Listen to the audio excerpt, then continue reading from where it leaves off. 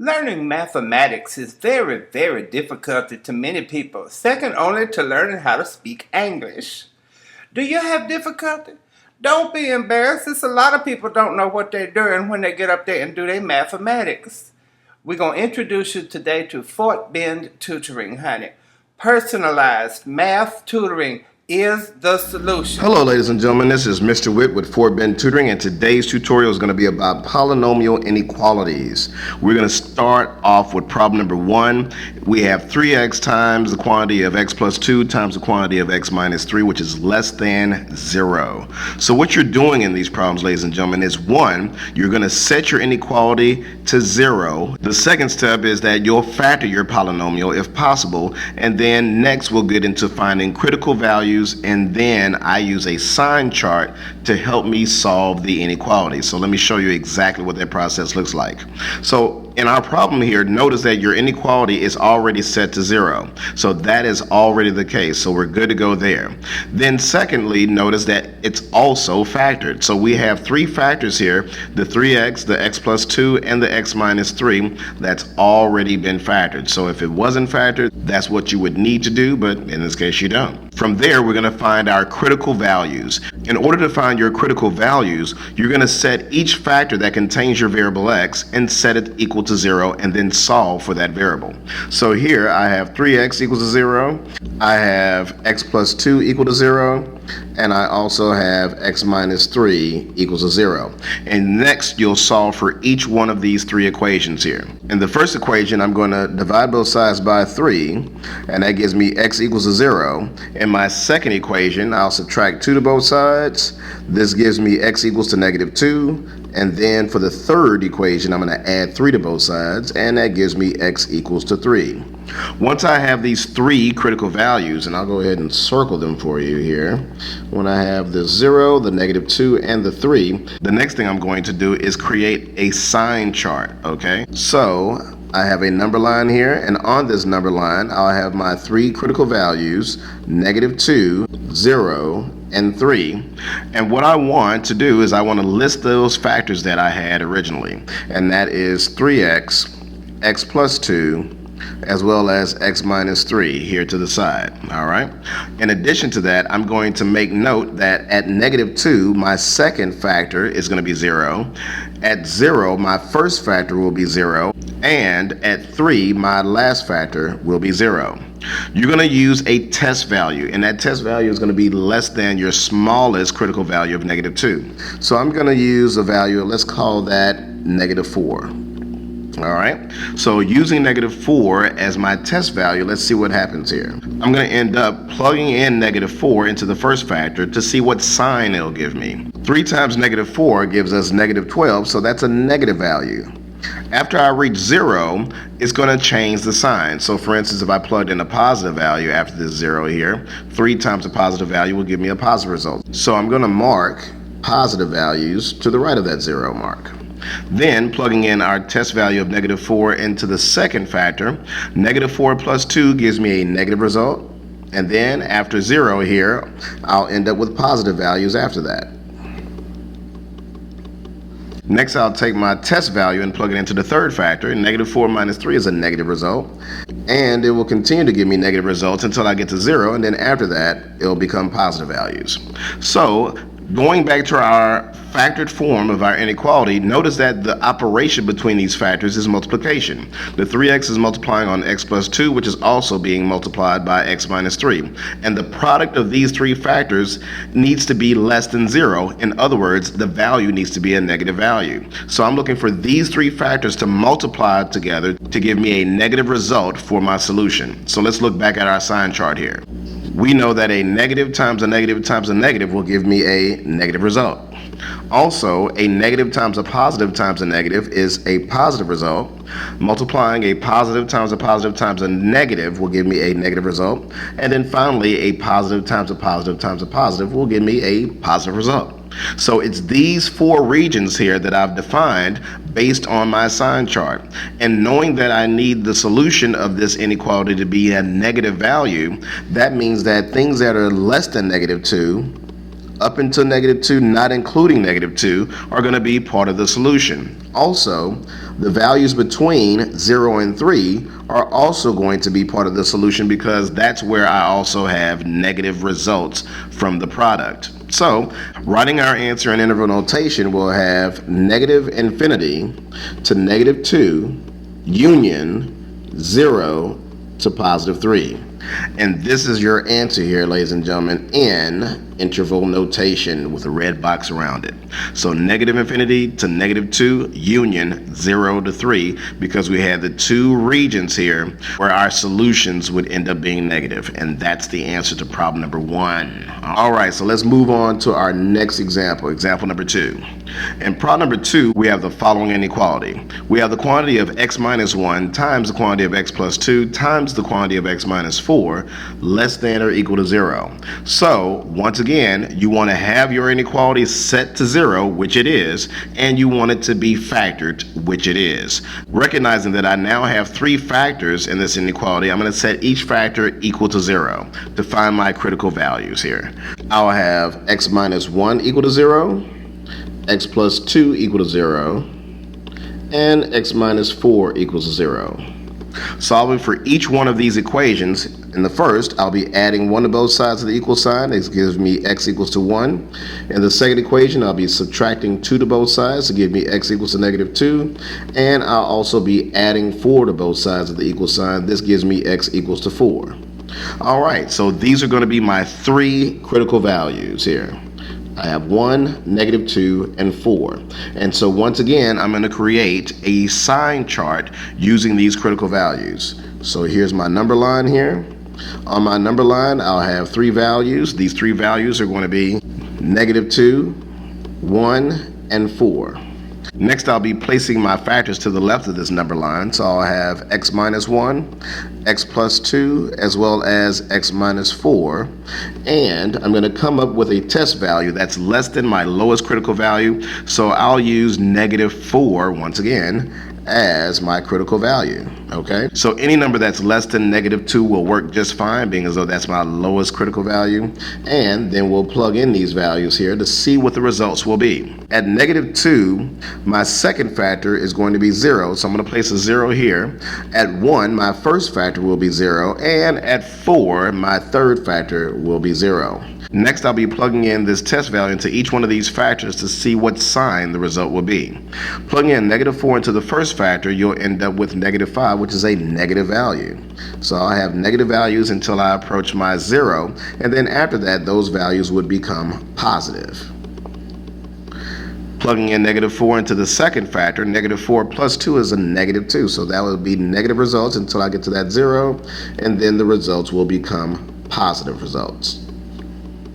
Plugging in negative 4 into the third factor, negative 4 minus 4 is negative 8. So I'll end up with negative results until I get to this 0, and then after that, they'll become positive results. Now, don't automatically assume that your values are going to change sign just because you've hit 0, okay? So not every time after you hit 0 does your sign change. It depends on what factors you have and what those factors are doing. So be aware of that. Next, we're going to go back and look at our original inequality and notice that the factors are all multiplying to get a product that will be less than 0, meaning negative values, or equal to 0. I know that a negative times a negative times a negative is going to be a negative result.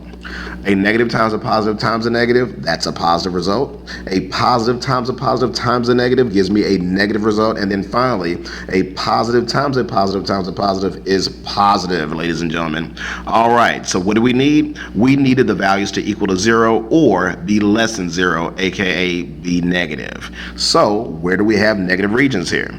We have negative regions when numbers are less than negative 2 and including negative 2, because that value generates 0 as a solution. Also, we'll have a negative region here between 1 and 4, but we can also include 1 and 4 because that's where we'll have a 0 solution.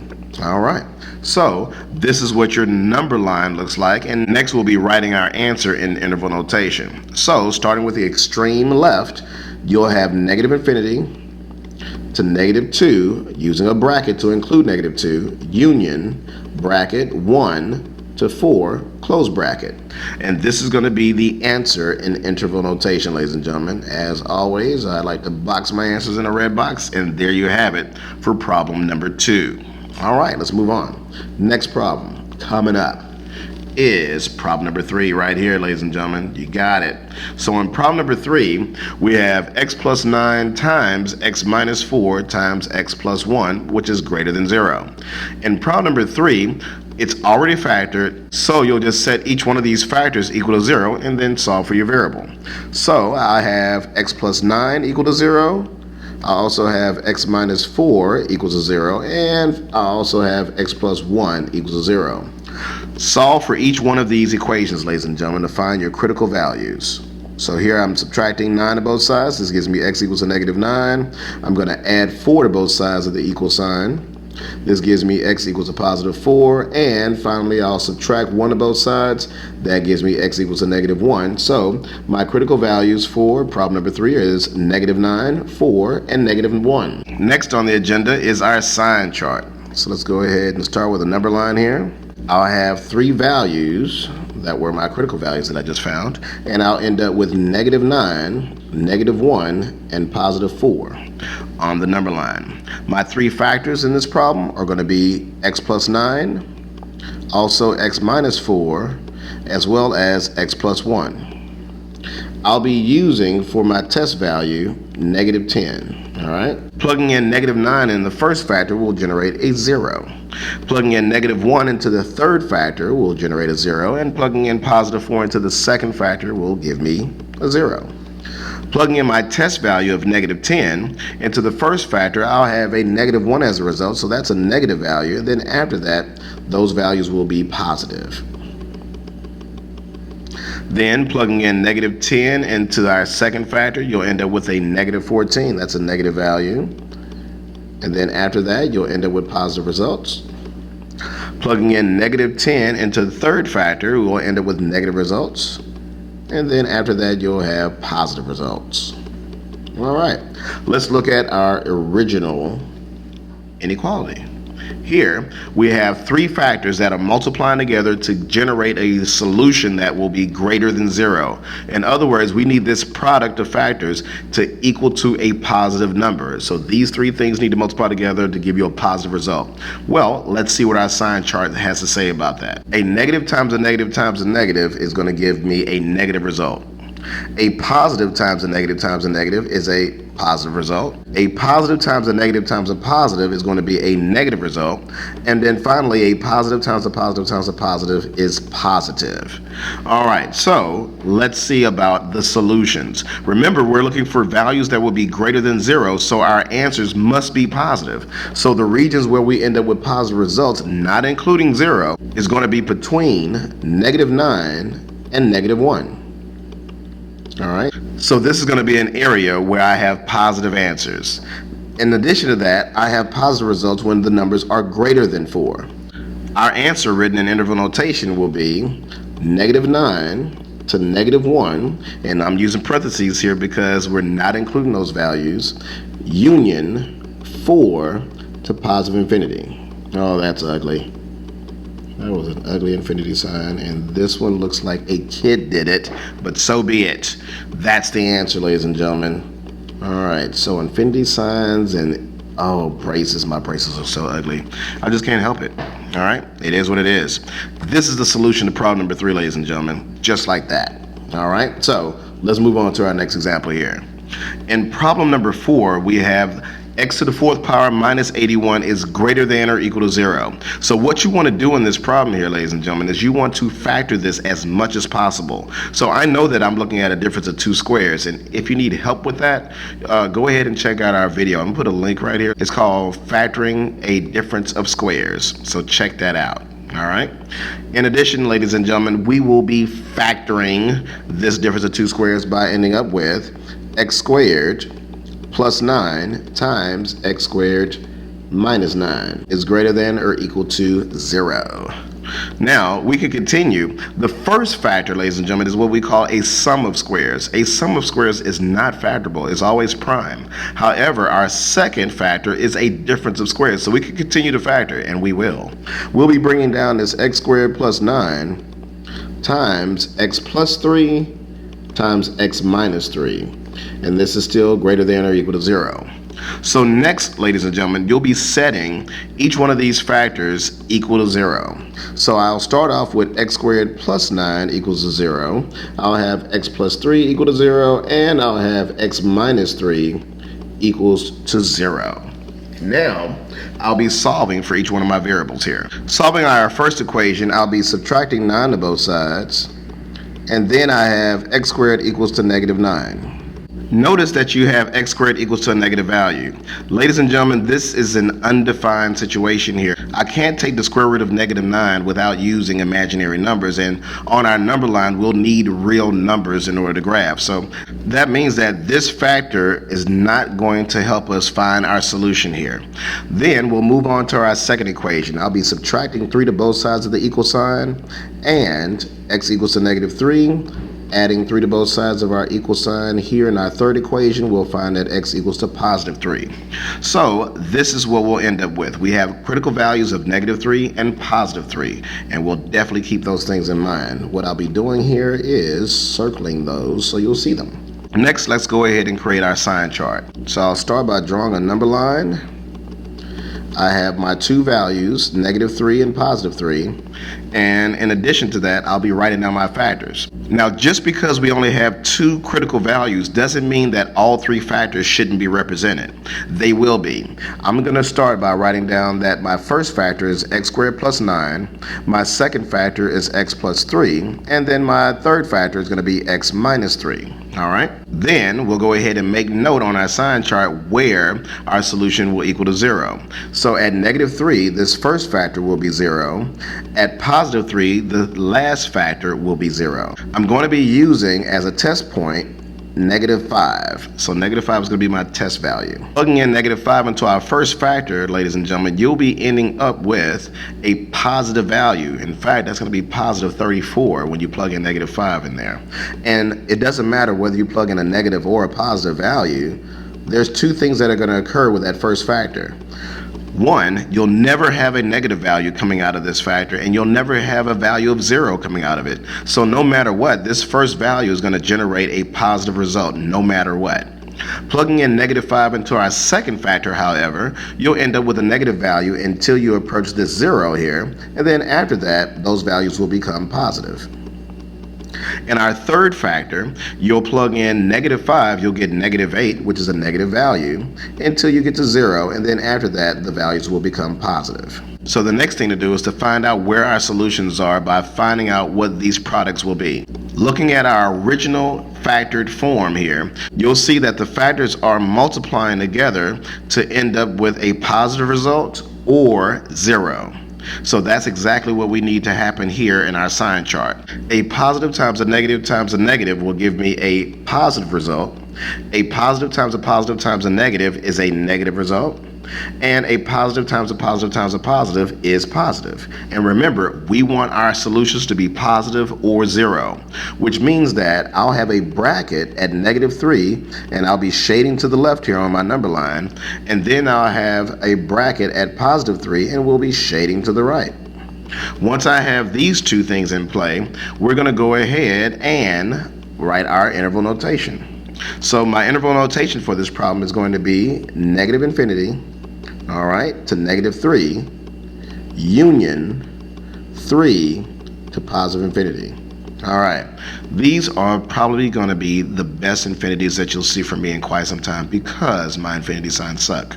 This, ladies and gentlemen, is the answer. That's it.